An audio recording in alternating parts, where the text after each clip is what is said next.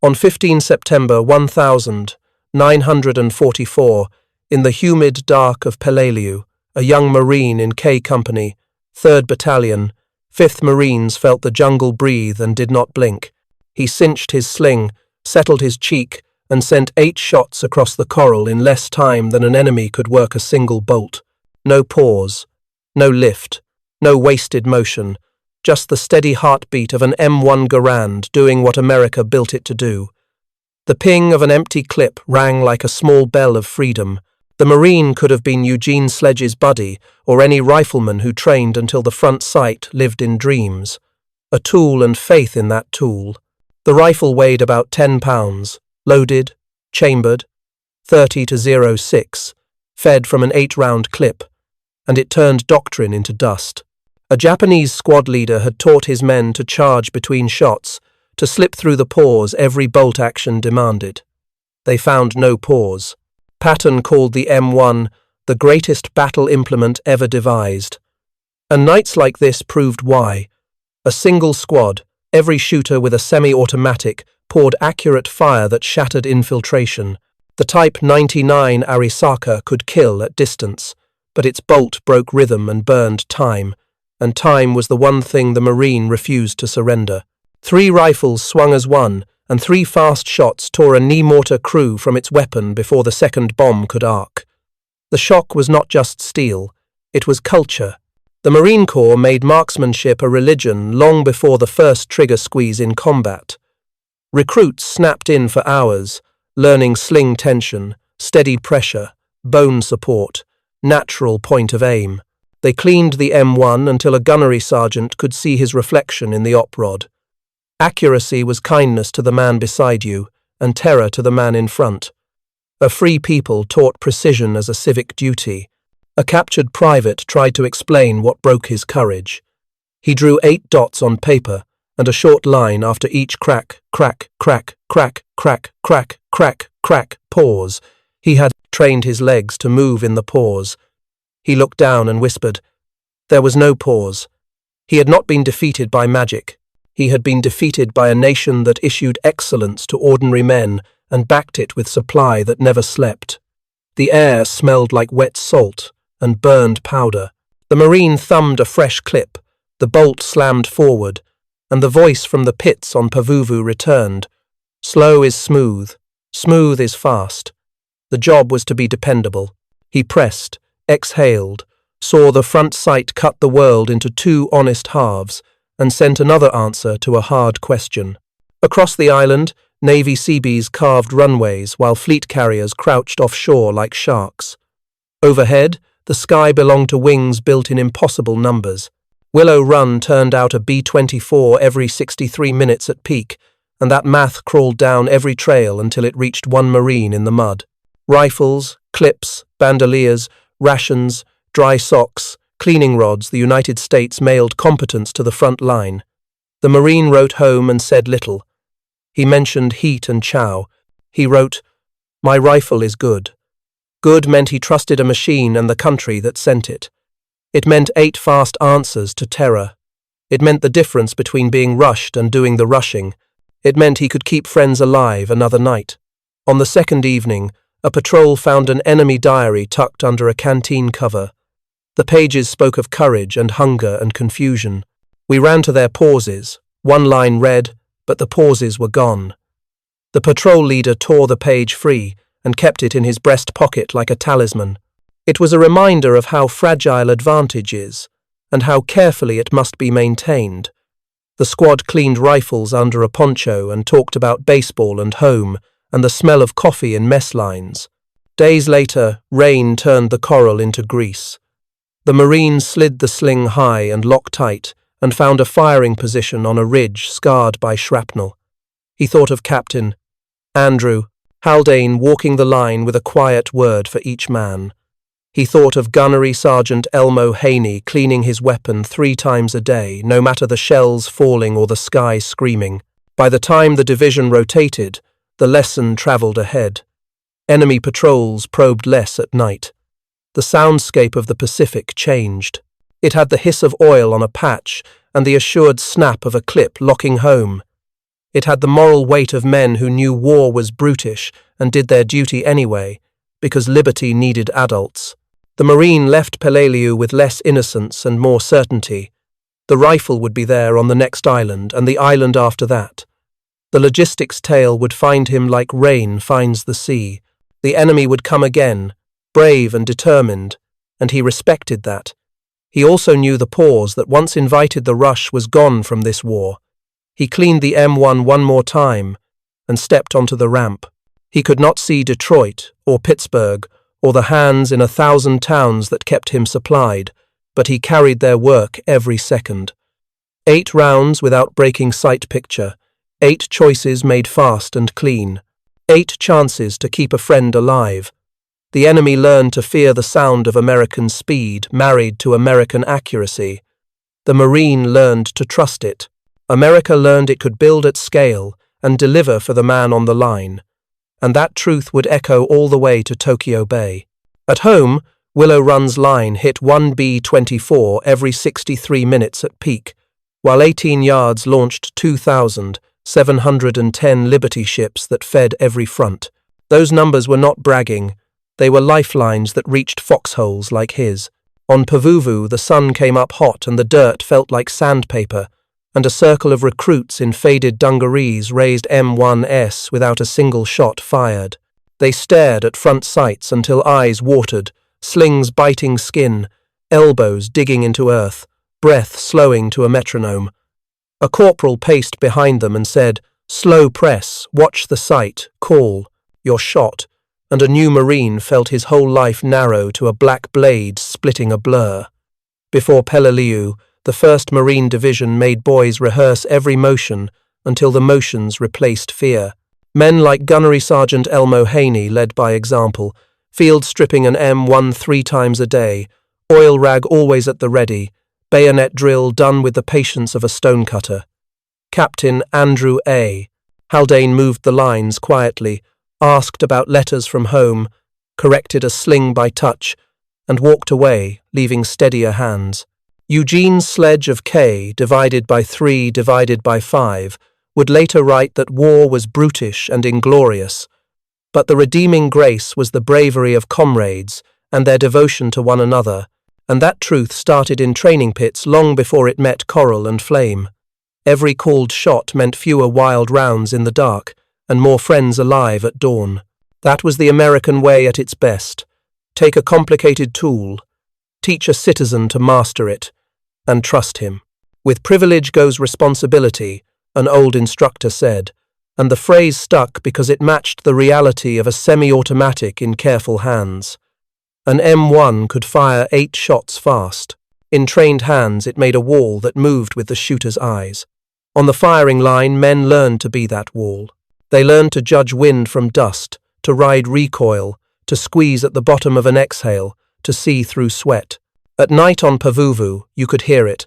Op rod, follower, bolt, clack, wipe, spring, a litany that said, "I will be ready."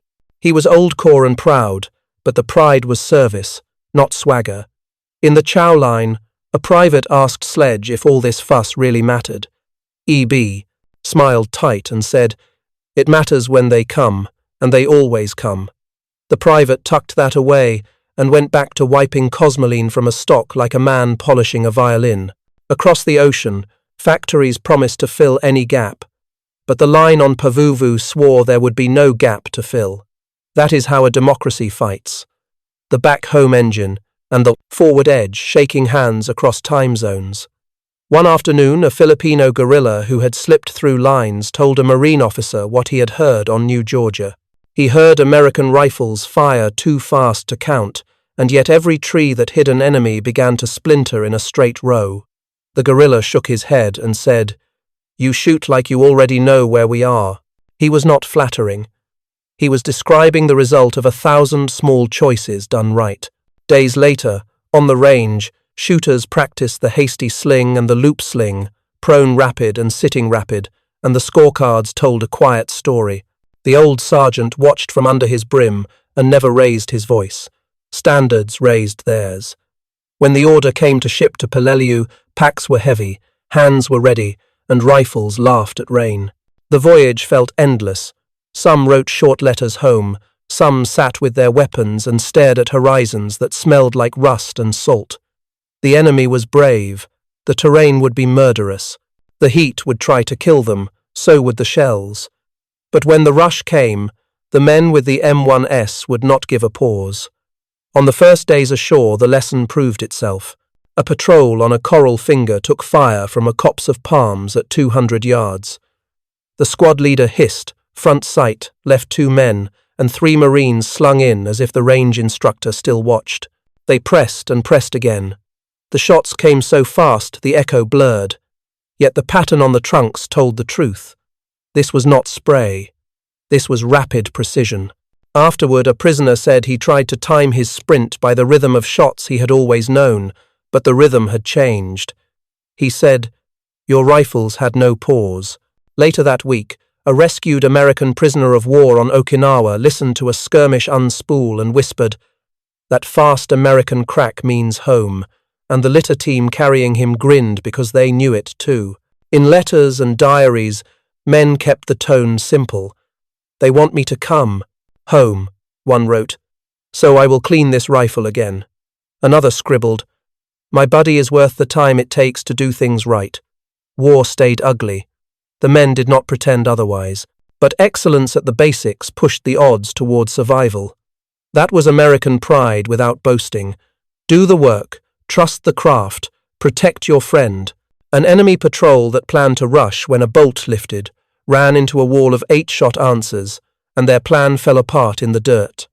They stacked their brass, cleaned their guns, and ate in tired silence. And then they trained again, because habits feed hope.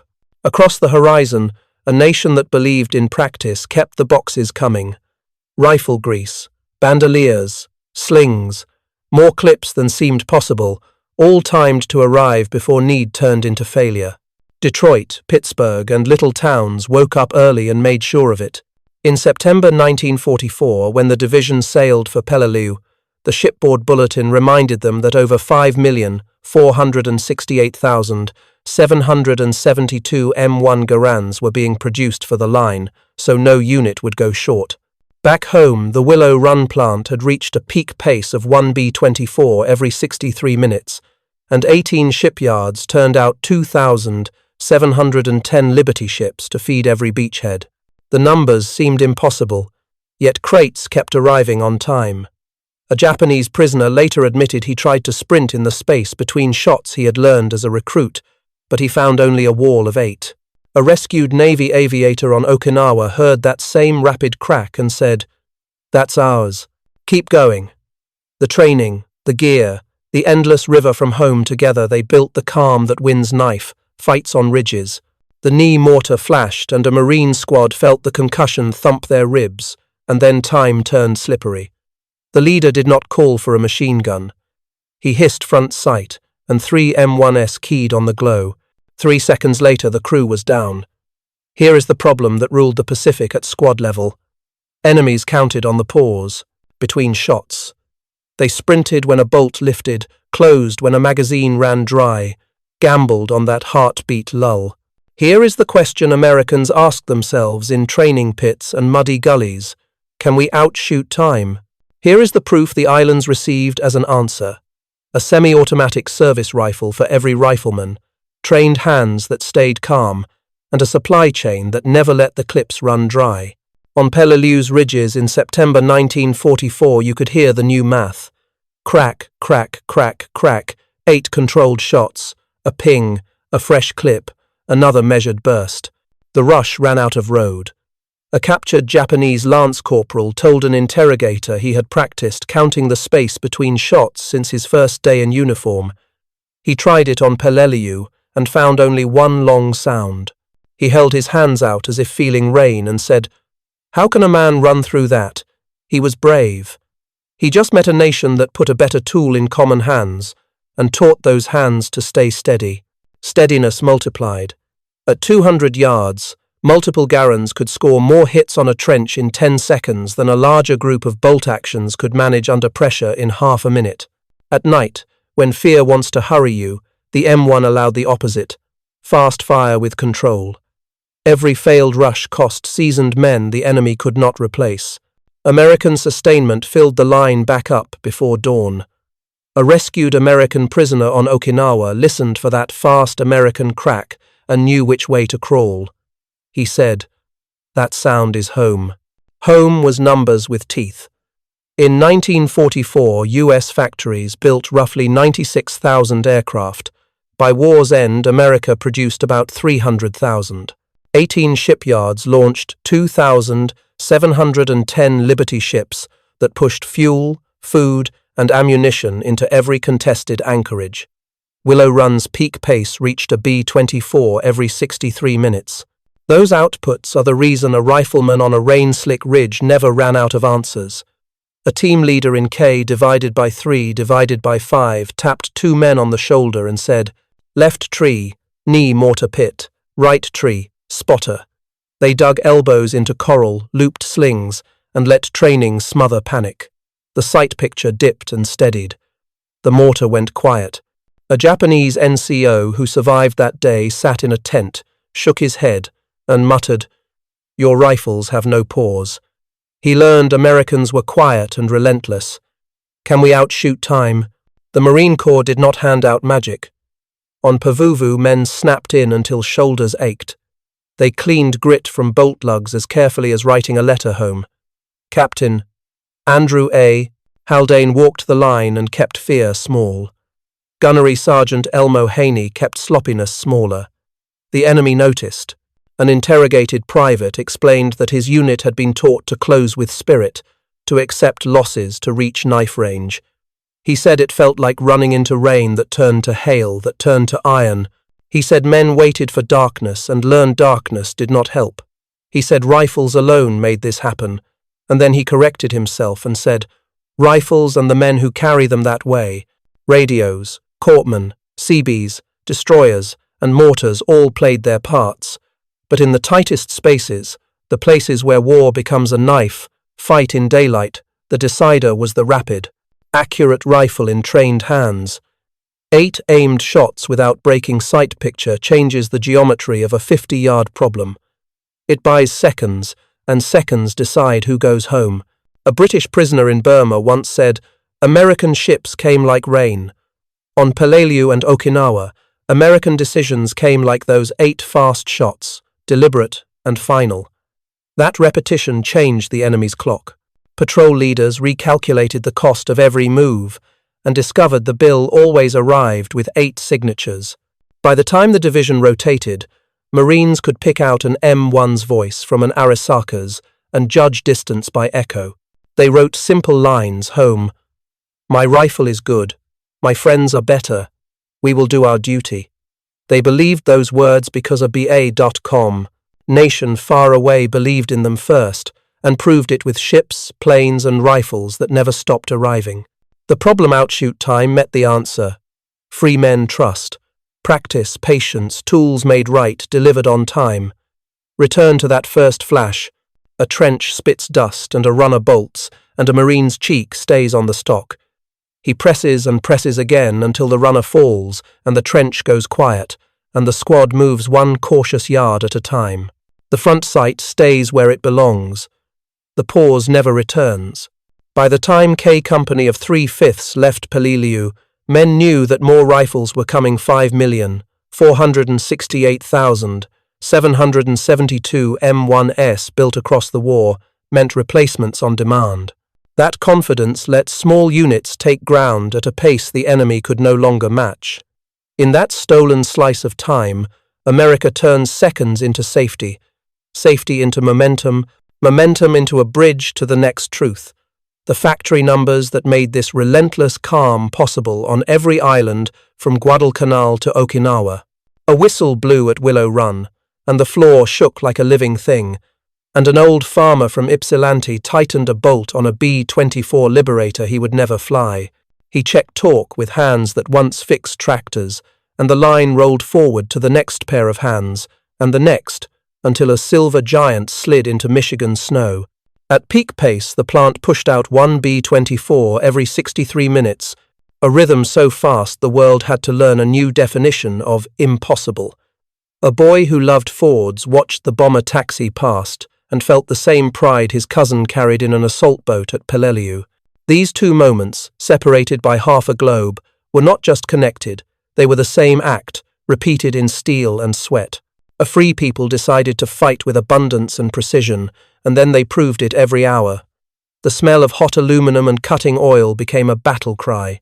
Men and women who had never left their counties built wings for crews who had never seen their faces. Numbers turned into names: Old 98, the Squaw, the Dragon and his tail, and those names went east and west until no ocean edge felt safe for the Axis. Assembly lines became artillery. Each crate that crossed a platform was a promise that no rifleman would be left short, no squadron would taxi to an empty sky, no convoy would sail light. In 1944, the United States produced roughly 96,000 aircraft, and by war's end, about 300,000. The figure lands like a hammer because it explains quiet miracles at the front. A Marine on Peleliu never wondered if replacements would arrive. He simply wiped red dust off his M1 and heard engines far away doing their part. The P-51D with its bubble canopy and Packard-built Merlin leaned on this river. So did the B-29 that could carry a crew to the edge of space and back. So did the C-47 that dropped crates where roads quit. The names sound like legend now, but they were common then, like streetcars and milk bottles. You could feel the war turning in every loading dock. A factory girl, 19 and stubborn, slid a box of 30-06 on a pallet and scrawled, "For Joe," on the cardboard, because writing a name made the weight feel like love. In the Pacific, a Marine named Joe would shoulder that box and not know why it felt warmer than the others. That is how a nation fights when the stake is freedom. With small gifts that stack into mountains, the enemy tried to read the tempo and failed. Intercepts showed them our daily totals, and still they didn't believe until the sky changed color with contrails. A Japanese staff officer in a tunnel at Shuri listened to bombers approach and said to a clerk, "They never tire," and the clerk did not answer because there was nothing to say. On a different day, an American rescued from a prison camp pressed a hand against a window screen and whispered, "They found us, not to the guards, not to the nurses, but to the engines droning overhead. Uncountable sets of 4. That sound was arithmetic with compassion. The Seabees, sailors with calluses, made that math touch ground.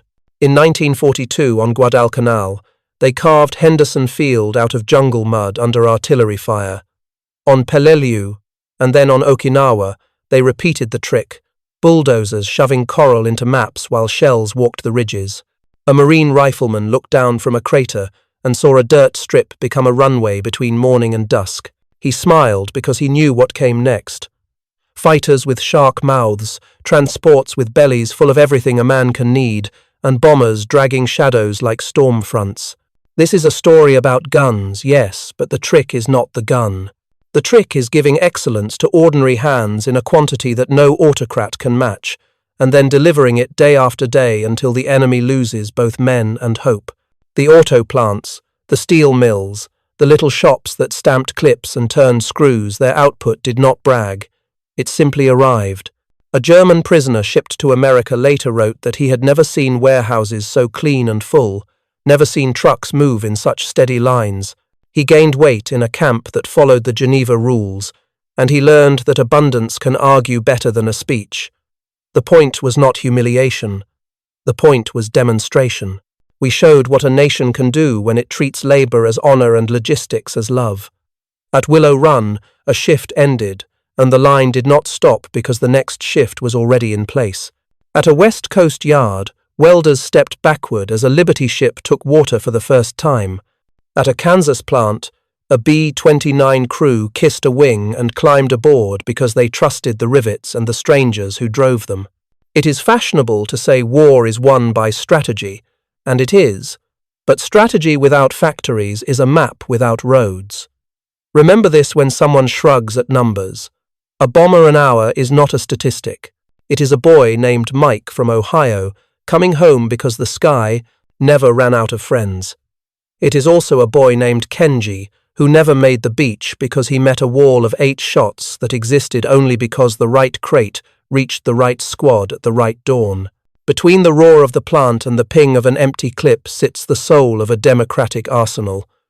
You may wonder if any other nation could have done this. Ask the calendar. Ask the warehouse ledger. Ask the launch schedule. The answer rolls past you on rails and slips down greased ways and lifts off runways named for sons who did not return. The answer is how we turned our homes into armor around the men who fought. The answer is America's absolute refusal to send them light. When a shift boss rang a bell and the floor shook, he was telling some kid on a ridge, "I'm with you." And the kid on the ridge heard him in the sky. That is how you erase the pause. That is how you replace fear with tempo. That is how a free people teach tyrants the cost of making war on neighbors and friends. A horn sounded at the Oregon Shipbuilding Corporation, and sparks fell like orange rain, and a keel named Robert E. Peary took shape under hands that moved faster every day. 4 days, 15 hours, and 29 minutes after the first plates met, that Liberty ship slid into the river, alive with flags and steam, and the crowd screamed because they knew what the clock meant. It meant someone on a beach would eat hot food. It meant a rifleman's resupply would not fail. It meant a convoy, numbered and plotted, would leave on time and arrive fat. Across the war, 18 yards launched 2,710 Liberty ships, and each looked plain as a fence post until you counted what they carried. Flour, fuel, shells, socks, stretchers, crates of 30 to 6 inches wooden boxes that smelled like sap. A longshoreman wrote his daughter, "Daddy stacks thunder," and he did, one crate at a time. The yards learned shortcuts that did not cheat safety. Fixtures held bulkheads so welders could lay beads in minutes that once took hours. Whole sections arrived on trains and clicked into place like toys. Modular became a war word. A victory ship slid into the water beside a Liberty, and nobody clapped because launching 2 hulls in a week had become normal. The point of normal is shock. The enemy counted submarine tonnage sunk and could never make the math balance because every time a wolf pack scored, the yards scored twice. A British POW laid rails in Burma and said, "American ships come like rain," and the hope in his voice travelled faster than cables. Somewhere on the mid-Atlantic, a convoy engineer looked at black water and wrote in his log that the fleet behind him held enough calories to feed a city for a week. He slept better than he should have because he had seen the schedule and knew the next wave already had names. On Okinawa, a Marine on Sugarloaf Hill tasted canned peaches and understood the Liberty ship in his mouth without knowing its build number. He laughed with juice running down, then wiped mud away and checked his M1. The bridge from yard to ridge matters more than any speech. A German prisoner shipped stateside arrived at a camp with hot showers and a kitchen that didn't lie about ration weight. He gained 10 pounds in a month. He wrote to his mother that the Americans fed prisoners well and sent doctors who listened. The guards did not gloat. They took roll and handed out work details and taught men to use table saws. Abundance talked. It said, "We can fight hard without becoming what we fight. This is not softness. This is superiority measured in both butter and guns." The Peary's record build time belonged on a poster because it was an argument as sharp as a bayonet. Win fast, save lives. Repeat. If you want to know why a rifle squad never ran dry on a coral spine under rain and shrapnel, follow the labels on the ammo crates back through a cargo net, down a companionway, into a hold arranged like a city grid, and then down a dock to a yard where men fixed mistakes before lunch and set new speed marks before dinner. Follow the labels farther, into heartland factories where little stamps made big victories, clip springs, extractor pins, firing pin retainers thousands per hour under lights that never dimmed. The convoy escorts, destroyer escorts built in blitz runs of their own, threw hedgehogs and rolled depth charges and kept metal and men moving. On a bad night, a ship died. On the next morning, a yard answered the loss with 2 keels. That rhythm wears an enemy down in ways battle maps cannot show. A Japanese logistics officer measured the flow to Okinawa and scrawled a line that dipped like a broken hill. An American logistician measured our flow and drew a staircase climbing to the sky. The difference is why doctrine broke against the M1's tempo. The rifle had ammunition because a freighter plowed a black ocean without missing a date. That freighter existed because a yard manager would not go home while his welders still had strength. The welders worked because their kids slept safe, and their neighbors understood why their hands shook at breakfast. A merchant sailor leaned on a rail, watched the grey back of a wave, and lit a cigarette with fingers gone stiff from salt. He thought of none of this. He thought of making the next port. He delivered what he had, and then he did it again. Liberty ships unspectacularly outperformed genius plans. No hero reads a tonnage table on screen, but a hero drinks from a canteen every day and thanks a man he will never meet. In the end, the yards did what the riflemen did. Erase the pause. The wolf packs wanted a gap. They got a conveyor belt. A POW in a Midwestern camp lifted a spoon of vanilla ice cream on a Sunday and laughed because he had forgotten that taste. He wrote home, "They feed even enemies." And that sentence arrived in a village that had been told we were monsters. The yards and the camps ran on the same current, the strength to be generous while being deadly. That current ran down every pier and across every mess table and into every foxhole, where a kid named Frankie from Pennsylvania ate a real dinner and wrote home, "We're good." He pushed the letter into a mail sack that would ride a Liberty ship home.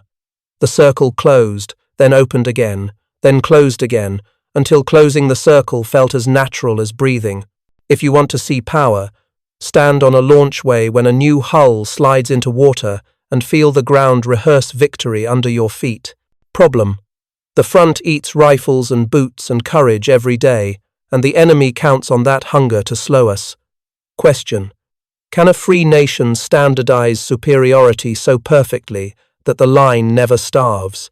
Proof: watch a muddy private on Okinawa lose his M1 down a ravine at 0900 and carry a freshly zeroed replacement by noon, with 8 clips in his bandoliers and more in the squad ammo can, as if fate itself kept inventory.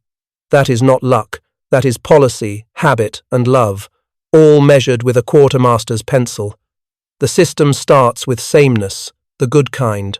The M1 Garand in one platoon matches the M1 in another. The M1919. A 4 rattling on a tripod eats the same belts from Bougainville to Naha. The 105mm howitzer stacks shells that fit every tube in every battery down the line. Parts swap. Training echoes. Manuals rhyme. A kid from Iowa can field strip a stranger's weapon in the dark because the stranger's weapon is his weapon. The ordnance men stock fewer kinds of miracles, so they stock more of each. That is how you beat hunger. That is how you beat time. A supply NCO draws a line down a clipboard and lives by it. Clips by the 1,000, boxes by the 1,000,000, railcars, barges, pallets, slings, nets, hooks, tools for moving trust forward. You can feel the art in a well-run dump. It smells like oil and canvas and coffee. The men sign for worms of grease and flannel patches, because clean metal wins longer than courage, alone. On Peleliu, Gunnery Sergeant Elmo Haney cleaned his rifle 3 times a day. Men laughed politely, then looked closer, then copied him. Tidiness at the muzzle became kindness in a firefight. Captain Andrew A. Haldane shifted squads with a hand on a shoulder and gave orders that sounded like plain talk and landed like scripture. With leaders like that, standardization felt not like rules, but like relief. A Japanese POW after Okinawa told an interrogator, "Your soldiers never look poor," and the line in his notebook reads like a confession. He did not mean jewelry. He meant boots that fit, canteens that didn't leak, rifles that ran. He meant a force that looked ready at noon and readier at dusk. Rescued Americans found the same truth from the other side. One man wrote after liberation, "They taught us to kill efficiently, but also loyalty and love."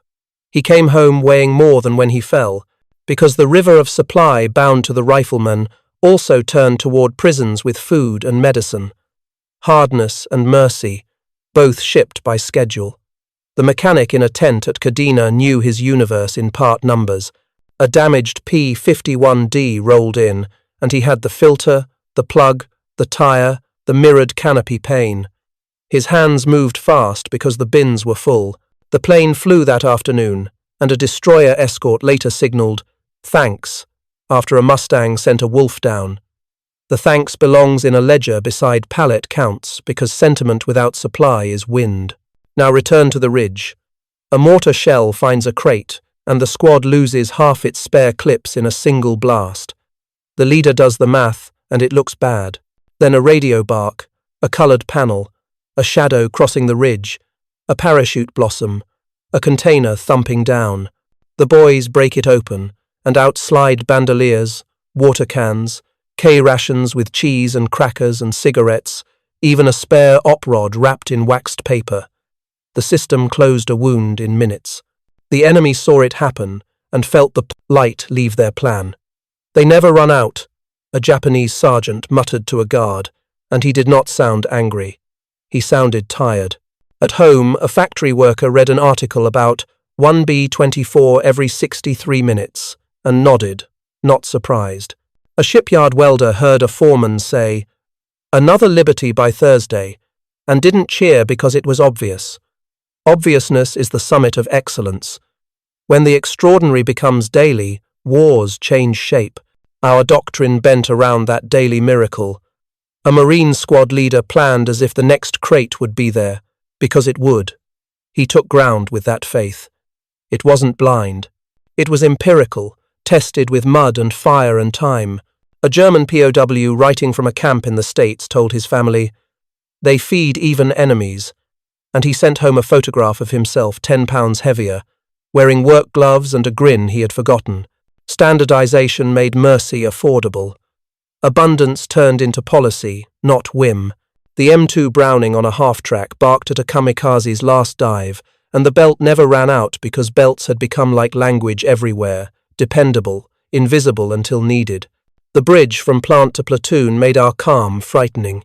The problem posed, can you keep the edge sharp for 1,000,000 men at once, found its answer in the same 8 shots that stunned night patrols. When a private lost an M, one at 0900, and carried a new one at noon, the message flew beyond his platoon. It reached the enemy. It reached our own prisoners in secret ways. It reached families at home who slept better. It reached the kid on a bicycle delivering Western Union telegrams and made his bag lighter than it might have been. One afternoon on Okinawa, a long-legged corporal checked his men before dusk. He set a clip into a palm and said, "Don't waste blessings." He meant ammo. He meant life. He meant all the ships, planes, and trains that made this handoff normal. He looked toward the ridge and listened to a C-47 throttle down for a drop. He smiled, lifted his rifle, and called the squad forward as if the whole machine behind him were just a friend standing quietly at his back. Problem solved. Question answered. Proof delivered, 8 shots at a time. He walked the line without his chinstrap fastened, and every Marine straightened without being told. Captain Andrew A. Haldane had that quiet gravity that shrank fear. He asked a private about a sister's wedding, adjusted a sling by feel, and nodded once. That nod meant more than a speech. On wet Okinawa evenings his voice moved through canvas like a lamp, and K Company, 3rd Battalion, 5th Marines slept better because the skipper always had a plan. He was not loud. He was exact. He believed clear orders and clean rifles could turn chaos into steps. He did not worship risk. He respected it, and then beat it with preparation. When the rain turned the ridges to grease, he set 2 Garands on tight loop slings to pin a hole, slid a bar into a coral notch to rake the flank, and sent a grenade man belly-crawling with 2 more ready to finish. 8 shots here, 8 shots there, the bar stitching the seam, grenades arcing in a rhythm the enemy could not answer. The pocket broke, the line moved, the men learned the trick, speed through precision, not panic. He never confused courage with noise. He saved words and spent them well. He asked about boots, feet, chow, letters from home. He listened first, then gave orders that sounded like plain talk and landed like scripture. He did not sell hope cheap. He built it. A Marine felt taller after a quiet minute with him, and that extra inch of spine turned into the inch you need to clear a trench.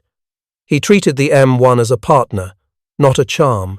He ran his thumb over a crown and handed a rifle back with a look that said, "Try again." Men tried again. He kept a bar team calm by calling them his steady hands. He praised quiet competence and banned bragging after firefights. Standards rose because a good man had asked. Adversaries felt the difference. A captured Japanese corporal said he could not understand an officer who spoke softly and still controlled a storm. He expected a whip. He met a compass. Doctrine that worshipped shock met a unit that lived by steadiness, and something important slipped. You can train to dodge a lash. You cannot find a seam in a moral tone. The corporal drew a map of a coral spine and marked a knee mortar pit. Then he marked the moments he expected to rush. He shook his head. "Your rifles had no pause," he said, and then added, "Your officers did not shout." That second confession mattered as much as the first. Inside the company area, Haldane's rules felt like common sense and turned out to be life insurance. No one ate until weapons were cleaned. No one slept until ammunition was topped off. No one moved at dusk without checking the man on the left and the right. Scouts rehearsed hand signals until they felt like breathing. A squad that argues at noon is a squad that dies at night. He killed arguments in daylight and built trust before darkness. He matched replacements to buddies fast. He placed left-eye shooters where the bar feed would not bump elbows. He made the rumor mill go cold with facts. He told his men the truth about danger and then showed them the step that made danger smaller. On Peleliu he led from the front. On Okinawa he did the same, until a shell found him on 12 May 1945, and the ridge went strangely still. The men who loved him carried him down with care, and then turned back up the slope with anger held in a straight line. They finished the mission, not because rage burned, but because duty did. That is the measure of a leader. When he falls, the methods he taught keep moving. The enemy saw a company that did not wobble when its heart was hurt. That sight is terrifying. It says this is not about one hero. It is about a standard we refuse to drop. A private wrote home, "We lost the best officer we ever had, but we will not let you down." 12 plain words. They carry the whole American argument. We honor leaders by living their standards. We turn pain into steadiness. We protect each other. In the days that followed, K divided by 3 divided by 5 fought with Haldane's voice in their heads, the same steady cadence that had guided them across the Uma Brogul and up Okinawa's wet spines. "What is the next right thing?" he would ask. A young lance corporal found the answer small enough to do. Front sight, slow press, breathe. He did the next thing and the next until the trench was empty and the ridge was quiet. Haldane's care reached past tactics into souls. War is brutish and wasteful. He could not change that. He could help men remain decent inside it. He stopped a buck sergeant from kicking a prisoner. He corrected a corporal who wanted a trophy and sent him to write his mother instead. He reminded the platoon that mercy under fire is not weakness. It is strength you can trust tomorrow. The men watched and copied. They learned that lethal and humane can live in the same chest. They saw that a man who cleans a rifle 3 times a day will also carry a wounded enemy off a trail if ordered.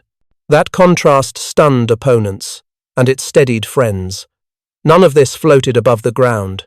It lived in details. Check a sling, cut a new step into the crawl, trade socks for a man with trench foot, mail the letters, rotate the point man, teach the new kid to call his shots at 50 yards.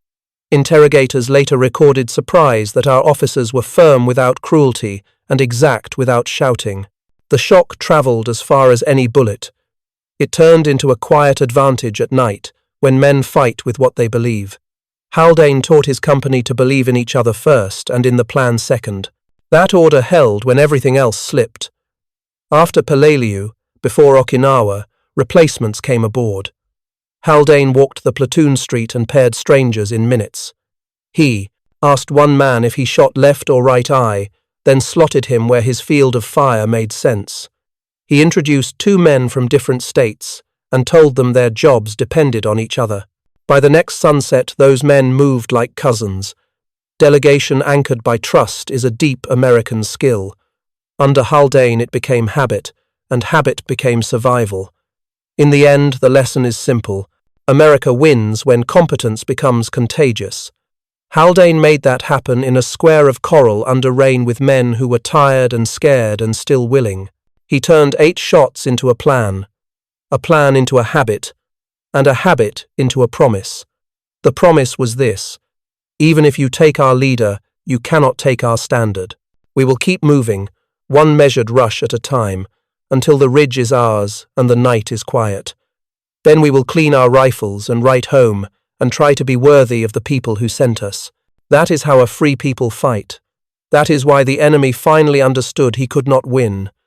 Gunny Elmo Haney cleaned his rifle 3 times a day and made a show of it so no one could miss the point.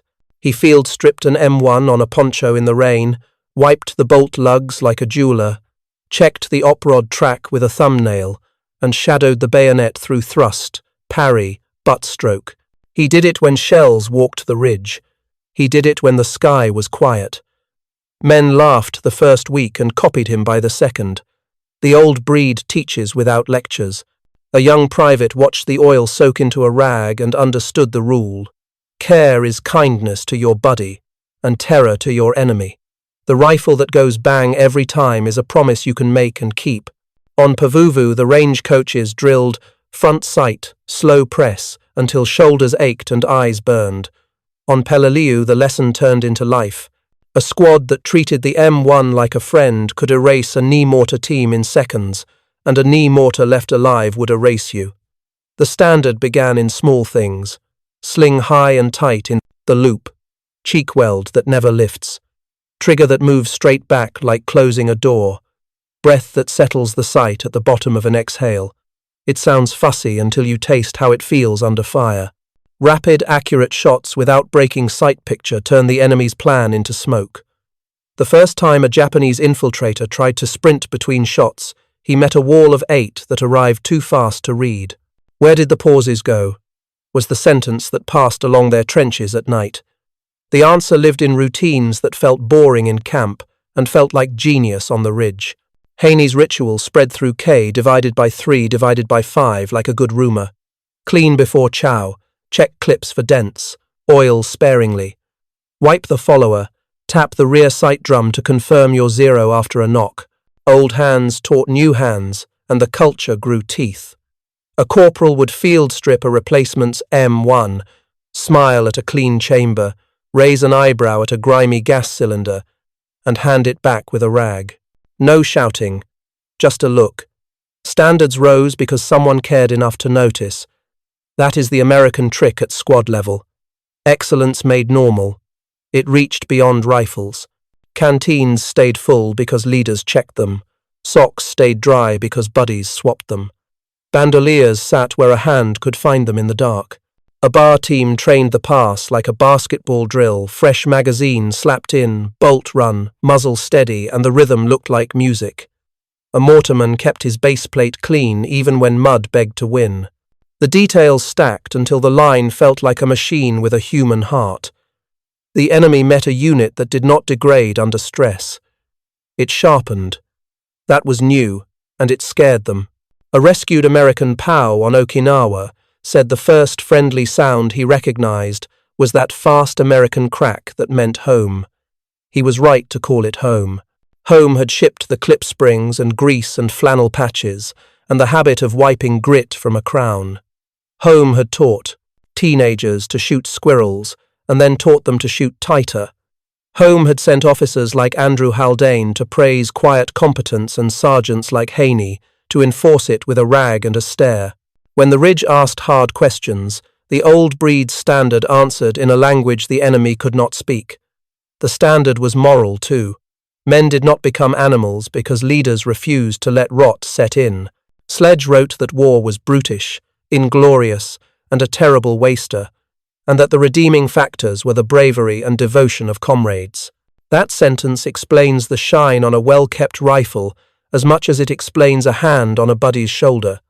A man who cleans his weapon when he is dead tired will share his last canteen and will not desecrate the dead. That steadiness builds a company soul you can lean on when fear wants to hollow you out. The enemy read that soul and felt the fight leave him a little each night. Even the weather bent to the standard. Rain tried to soak stocks and rust gas cylinders. Men fought it with oil and rags and covers cut from ponchos. Coral dust tried to turn op rods into sandpaper. Men fought it with toothbrushes and patience. The M1 looked big on paper. In a Marine's hands it felt nimble because it was trusted. You do not baby a trusted tool. You run it hard because you know it will answer. That confidence multiplied across squads and companies until platoons moved like they shared one heartbeat. The enemy brought courage, speed, and a doctrine built on closing the last yards. The old breed brought semi-automatic discipline that killed those last yards. A Japanese squad leader, stunned after capture, said he had trained to rush when he heard a bolt lift. There was no bolt, he admitted, only more shots. That line could be carved on a stone outside every range on Pavuvu. Practice until the other man's plan disappears. Practice until your plan feels like weather. When the company got an hour, Haney would light a cigarette, strip an M1, and run a cloth down the bore slow enough to make time notice. Young Marines would gather without being called. He would not speak at first. He would wipe and inspect and replace, and only then say a few words. Details save lives. Don't waste blessings. Clean it like it saved you, because it did. Those phrases stuck better than sermons. They rode in rucksacks and came out in the worst minutes when a man needed something simple and true. By campaign's end, K divided by 3 divided by 5 looked the same after a storm as before. Boots still laced, web gear still squared away, rifles still bright inside where it counts. That sameness was not dull. It was terrifying to meet. It said the Americans had found a way to turn chaos into routine, and routine into death for anyone who tried to break their line. The old breed's standard is not romantic. It is practical love. It says to your buddy, I will be ready for you. It says to the enemy, there will be no pause for you. That is how a free people make excellence a habit, and how a habit becomes a weapon the enemy cannot copy. A Marine on the Uma Brogol watched a friend drift toward a line he could not cross. The temptation sat on the ground, a trophy, a small shard of power in a world that stole it daily. He saw the hand move, saw the jaw tighten, and shook his head. Don't, he said. We're not them. The hand dropped. The man breathed. They walked on. That tiny mercy was a victory, and it came from training, leaders, and a culture that prized duty over rage. War tries to grind the human out of a man. The question is whether anything can stand against that grind. The answer, in American hands, was yes. Sledge wrote that war is brutish, inglorious, and a terrible waster, and that the only redeeming factors were the bravery and devotion of comrades.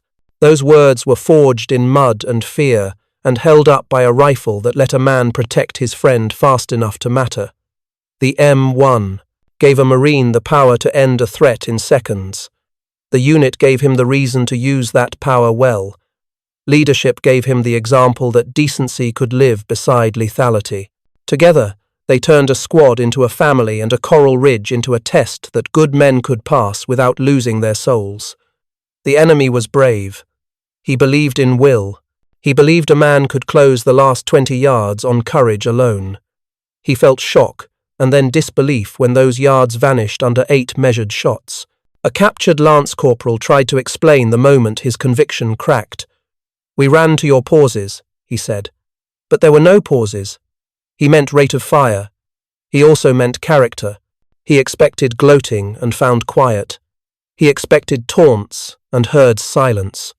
That silence unsettled him more than noise ever could. It said the Americans were not drunk on killing. They were serious about winning. Even prisoners felt the weight of that seriousness. A German POW shipped to a camp in the States wrote home that he had never seen warehouses so full, lines so steady, kitchens so honest about ration weight. He gained pounds. He tasted vanilla ice cream on a Sunday and laughed because he had forgotten that taste. Abundance argued better than any leaflet. It said, "We can be deadly and generous at the same time." That message walked ahead of patrols like a new kind of shock. Back on Okinawa, a rescued American prisoner heard a firefight and whispered, "That fast American crack means home." He knew the sound because it had weight behind it. Training grounds where boys learned to call shots, factories that mailed excellence to foxholes, shipyards that launched Liberty ships like clockwork, airfields where P-51Ds and B-29 seconds taxied without asking whether the next crate would arrive. When a nation keeps its promises to the man at the edge, that man can keep his promises to himself. He can stay decent. He can do his duty without letting hatred rot him from the inside. Leadership made this possible at eye level. Haldane walked the line with standards and kindness. Haney enforced the ritual with a rag and a stare. Corpsmen taped feet. Mortarmen levelled plates. Wiremen laid lines under shell fire so voices could travel where courage needed them. The machine of war was enormous, but at the tip it was personal. A hand on a shoulder. A look that said steady. A short order that fit inside a frightened brain. The team moved because each man knew he was seen. That is how love survives the abyss. Not with speeches, but with 1,000 small acts that make a man feel responsible for someone else's life. The rifle mattered because it amplified that responsibility. 8 accurate shots without breaking sight picture mean you can stop a rush before it reaches your friend. You can choose restraint when restraint is right because you are not desperate. Desperation makes butchers. Confidence makes professionals.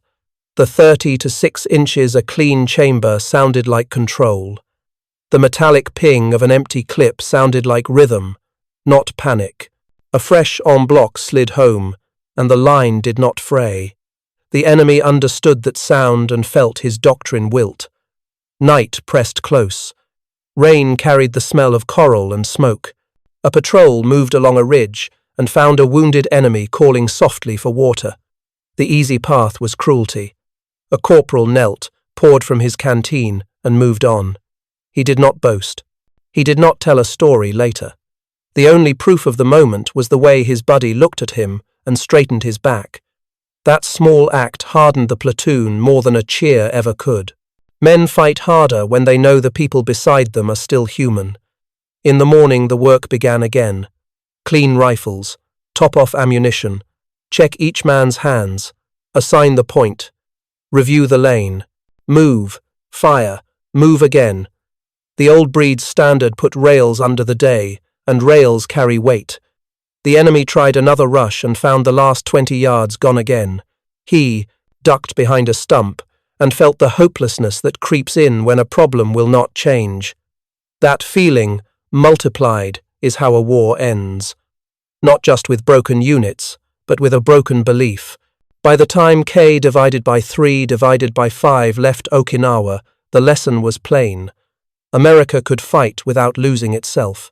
We could kill cleanly, hold our temper, feed prisoners, replace rifles by noon, and write home at dusk. We could be terrifying and kind in the same hour. No other nation put that mix into every foxhole at scale. It came from farms, shops, mills, and minds that believed freedom deserved the best tools and the best behavior. It came from leaders who would rather set a standard than make a speech. It came from kids who learned to hunt squirrels and learned to pray and learned to do the next right thing under fire. The abyss did not get them. They crossed it together, one measured burst at a time, and when the enemy finally understood, he knew there was no answer left. Engines roared over the ridge, and a Marine stopped counting because the sky would not end. He had no chart in his pocket, but the math flew above him in silver lines that crossed and recrossed, until hope sounded like 4 big pistons and a prop-biting air. Down at the regimental dump, a staff sergeant ran his own ledger with a stub pencil. 500 rifles cleaned, 20,000 rounds issued, 6 tons of chow landed, and more coming on the morning tide. He liked numbers because numbers meant breaths. The ledger was not ink and paper. It was life moving forward in boxes, slings, and hands. The man on the ridge and the man at the dump were part of the same sentence, and the sentence read, "America will not let you run dry. If you want the scale, start with 1 year." In 1944, American factories turned out about 96,000 aircraft.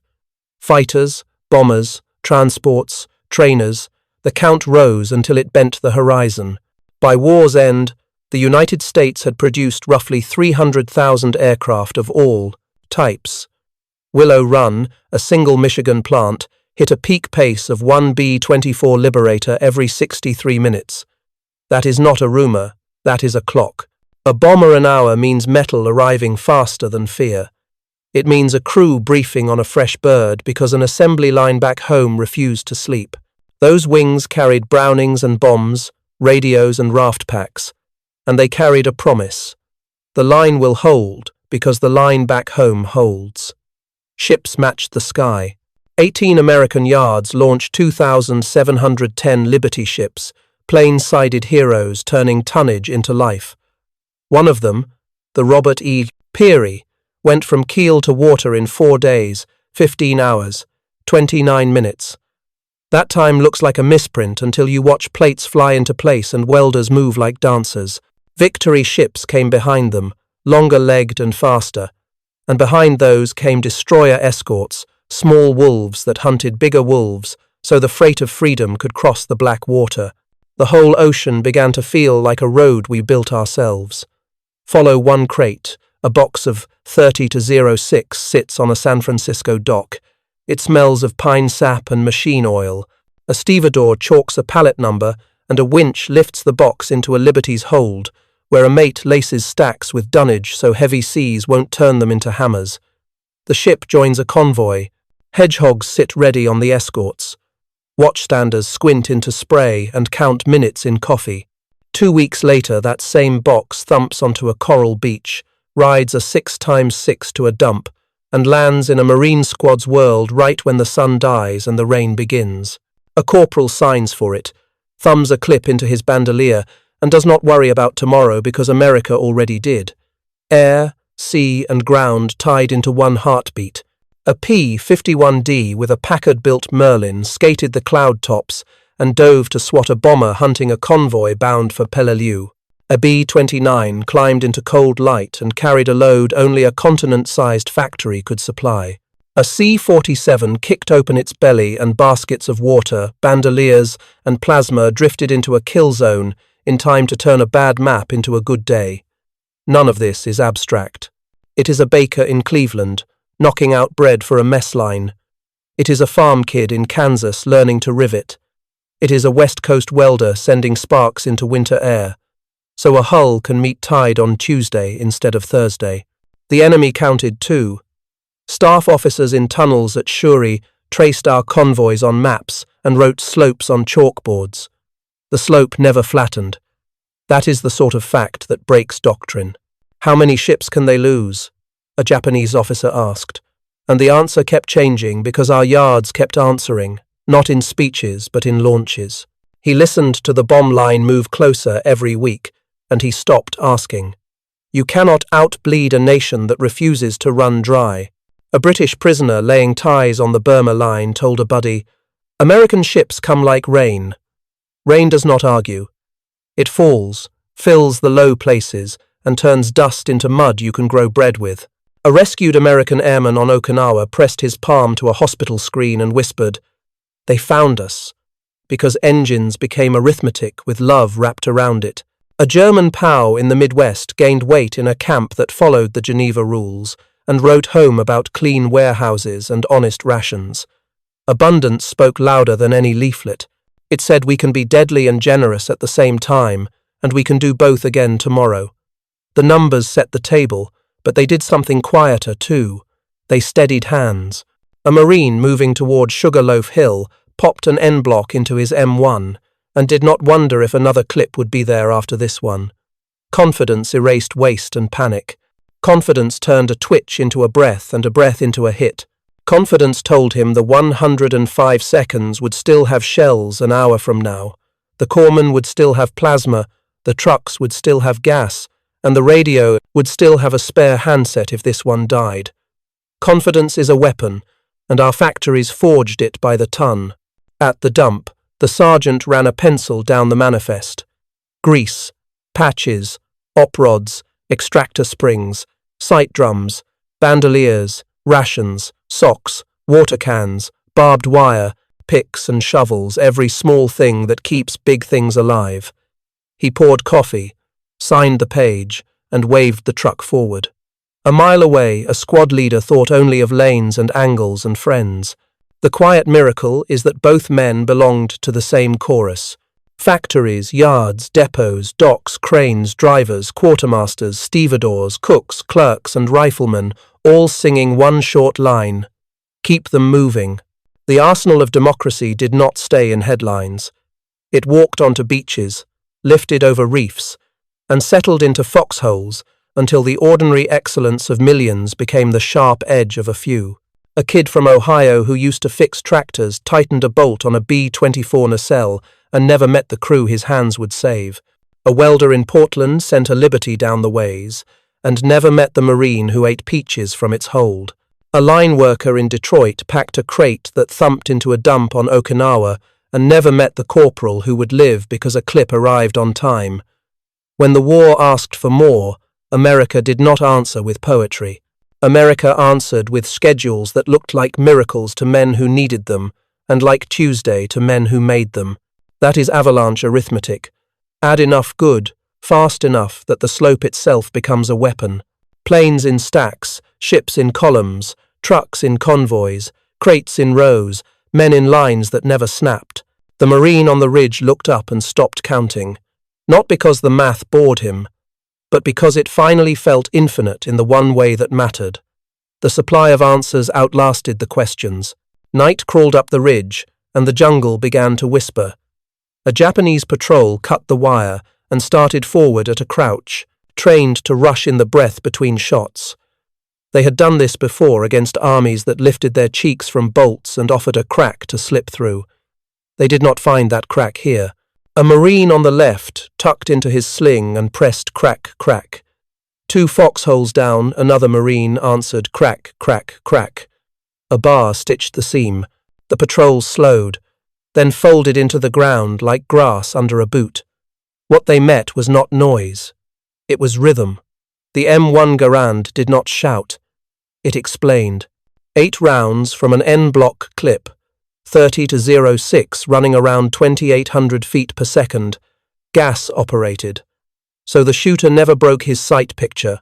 Walnut stock warm in the hand, sights sharp enough to cut the world into 2 honest halves. Recruits had learned to call shots 9 o'clock edge, center, high right until their brains could see the hit before the dust jumped. Under fire, that training became a wall you could not run through. The Type 99 Arisaka remained a killer, but its bolt stole seconds that courage could not repay. Doctrine collided with reality. A sergeant hissed for the rush. 3 men stood and sprinted. The first fell at 8 paces. The second fell at 12. The third slid behind a stump and tried to crawl. Crack! The stump popped and he went still. The sergeant threw a grenade and waited for panic. He heard only the same quick American rhythm and the thin ring of a ping as a clip sprang free, followed by the slap of another clip going home. He understood, suddenly, why day patrols had died at fences. He had been taught to chase pauses. Tonight there were none. Across K, divided by 3, divided by 5's front, calm made courage cheap. A squad leader had time to say, left tree, knee mortar, and 3 slung. In rifles took the sparkle apart in seconds. A corpsman slid past with plasma. A machine gun team held its lane because the rifleman owned the close. That is how the big pieces fit. A free people issue a semi-automatic to every rifleman, train him, like a craftsman, feed him more clips than fear can swallow, and trust him to apply what he learned in the pits. The result is speed without waste, violence without slop, and a kind of silence inside the noise. The shock spread through diaries and interrogations. Your rifles had no pause, a prisoner said. We ran to your pauses. He stared at his hands and reached for a word and found none. He had courage. He lacked time. A tool, wrapped in training and supply, had stolen time from him and given it to us. That is all strategy really is at the muzzle. Who owns the seconds? Combat scenes became proof, not stories. Sugarloaf Hill chewed men until units mastered inches. On a wet night, a team from K Company crawled to a lip and waited. The first shadow broke from scrub, and a rifle answered twice. The second shadow threw a grenade, and a second rifle answered 3 times. The BAR pulsed once like a drumbeat. Then there was only rain, and the sound of men breathing through their teeth. The tempo never became spray. It stayed human. That is the miracle. We fought fast without losing the face behind the sights. Enemy planners adjusted and failed again. They tried smoke. They tried waiting for the ping. The ping fooled them. A Marine with 2 clips taped back to back rolled the rifle and slammed the second home in less time than a runner could cross a lane. They tried to crawl right to the muzzle. They found bayonets fixed on rifles held by men who drilled thrust parry buttstroke 3 times a day because Gunny said so. They dug deeper. The 105 seconds spoke. They threatened our supply. Liberty ships kept coming. Every plan they built assumed a pause. Every pause we erased.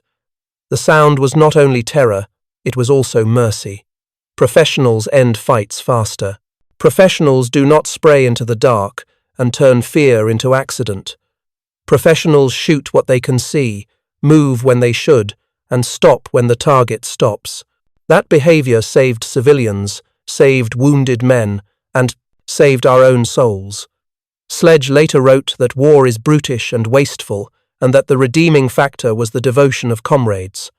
The devotion stood up because the tool in our hands made restraint possible. By summer 1945, that crack ran the length of an island chain. Patrols probed and pulled back. Positions that would have held for days in 1942 folded in hours. Units built on Elan found that Elan's sliding off rock. The rifle at the edge was not the only cause, but it was the place where causes cashed out. It gave the platoon sergeant seconds to think. It gave the private steady hands. It gave the battalion a pace that did not burn itself out. A nation cannot hold 2 oceans by accident. It holds them with millions of steady choices adding up to a wall. On the ridge that night, the last 2 men tried to break right. The squad leader lifted a hand and 2 rifles shifted, and the night fell quiet again. The Marines checked lanes, topped off, swapped a bandolier, and lay back into shallow holes while rain tapped their helmets. The enemy withdrew with fewer names than he brought. In a tunnel, a staff officer crossed out an arrow on his map and drew a smaller one. That is surrender in slow motion. It starts as a sound. A brave man cannot beat and ends as a signature on a deck. The bay went quiet on 2 September 1945, while flags snapped in warm Tokyo wind and pens scratched on steel. The men at the table wore many uniforms, but the weight on that paper came from millions of hands that never saw the harbour. It came from farms, mills, labs, and schools. From shipyards that launched 2,710 Liberties. From a Michigan plant that rolled out a B-24 every 63 minutes at peak. From airfields that filled the sky with about 300,000 American aircraft by war's end. It came from ranges where boys learned to call shots and from dumps where grease, springs, and bandoliers showed up on time. It came from a nation that chose schedules over speeches. Start where wars cash out, bodies and ground. On Okinawa, the last big island fight ended with American units still moving forward, still fed, still shooting straight under rain, smoke, and mud. The enemy fought hard and bled hard and learned that the inches he counted on those last yards were gone. The M1's 8 fast answers, backed by marksmanship treated like craft, broke doctrines that had worked elsewhere. Night assaults could not cross wire held by citizens who had practiced until slow press lived in their bones. The rifle was not magic. It was a good tool in excellent hands, and it turned seconds into safety. Now zoom out until the numbers feel unreal and then accept them. 96,000 aircraft in 1944 alone, 2,710 Liberty ships from 18 yards, a B-24, an hour at peak, hundreds of thousands of trucks, millions of tons of ammunition boxed, labelled, lifted, and landed in order. This is not just scale, this is culture shaped into schedules. Show up, do it right, check it twice, repeat tomorrow.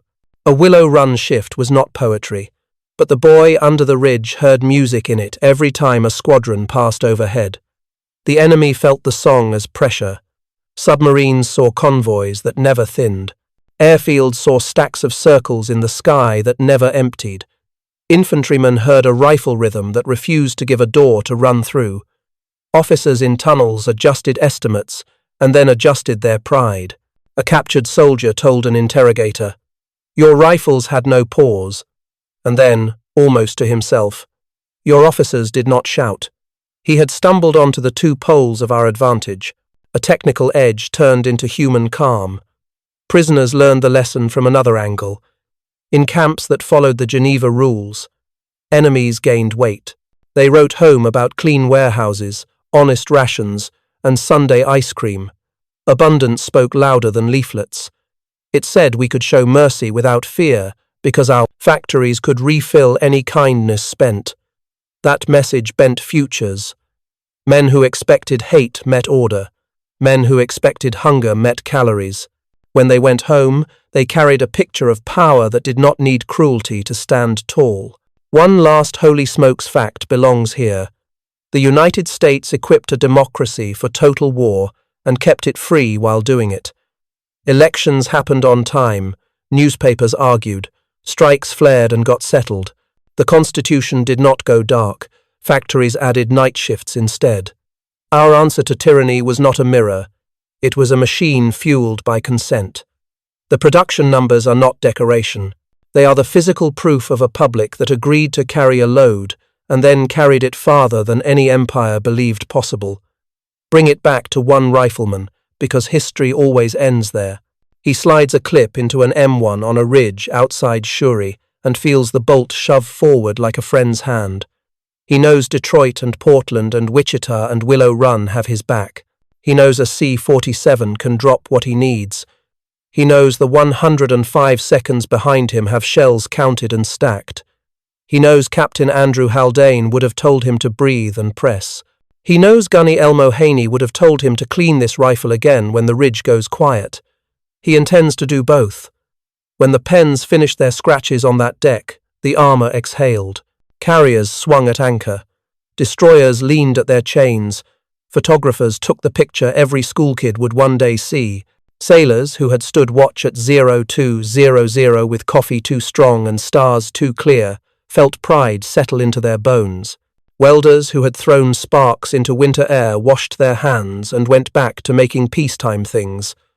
Marines and soldiers who had learned to kill cleanly tried to learn to live quietly. They carried the names of the fallen like coins they would never spend. No other nation could have done all of that at once. Others were brave. Others were clever. But only America combined a semi-automatic in the hands of every rifleman, a factory rhythm that turned wishes into cargo, a leadership culture that steadied the scared, and a moral center that let mercy share a meal with strength. That is the sum. The receipt is simple. A free world that stayed free because a free people decided that 8 fast, accurate shots were the right way to greet tyranny at the door, and then built the ships, planes, roads, and habits to keep those shots coming until the flags rose still in Tokyo Bay.